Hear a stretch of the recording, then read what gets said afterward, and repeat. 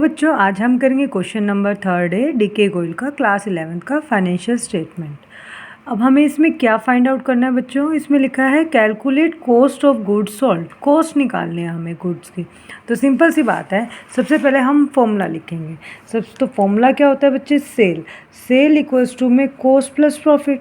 ठीक है, ये फॉर्मूला आपको याद करने की नीड ही नहीं है, क्योंकि देखो फॉर एग्जांपल आप पेन लेके आते हो, आप पेन लेके आते हो 8 रुपीज़ का, आपके फ्रेंड को पसंद आ गया तो आप क्या उसको 8 में दे दोगे? नहीं, आपने कहा मैं 10 में दूंगा।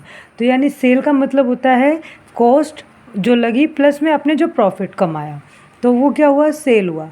तो इट मीन्स सेल का क्या फॉर्मूला होता है, कॉस्ट प्लस प्रॉफिट, जो कॉस्ट लगी आपको और आपने जो प्रॉफिट अर्न किया।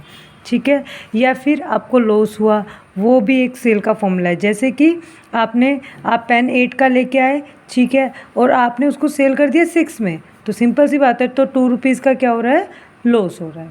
ठीक है, ये सबसे इजी मेथड है जो मैं आपको करवा रही हूँ।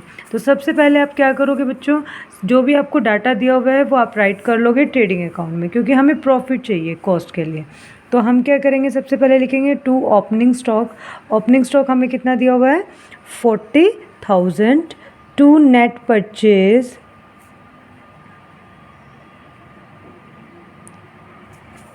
50,000 एंड नेट सेल यहाँ पे आ जाएगा बाय नेट सेल 1,90,000।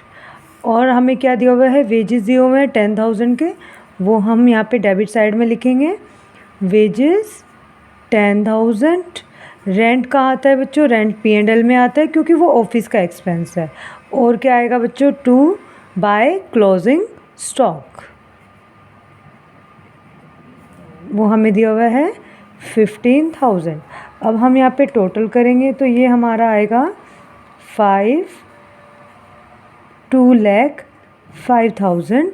और अब हम इसमें से 1 लाख माइनस कर देंगे, क्योंकि 40 + 50 90 + 10 1 लाख। तो ये कितना आएगा, ग्रॉस प्रॉफिट हमारा आ गया 1,05,000।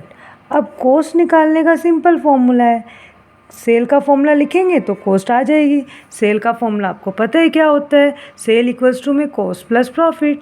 तो सेल हमें गिवन है, सेल हमें कितनी गिवन थी, 1,90,000। प्रॉफिट हमें अभी निकाला है, हमने कितना निकाला है, 1,05,000। तो कॉस्ट प्लस प्रॉफिट होता है, तो प्रॉफिट आपका 1,05,000 दिया हुआ है। ये प्लस का है, वहाँ जाके किसका हो जाएगा बच्चों, माइनस का हो जाएगा। तो हम इसमें से ये माइनस कर देंगे, हमारा आंसर आ गया कॉस्ट। तो ये आ गया आपका 85,000।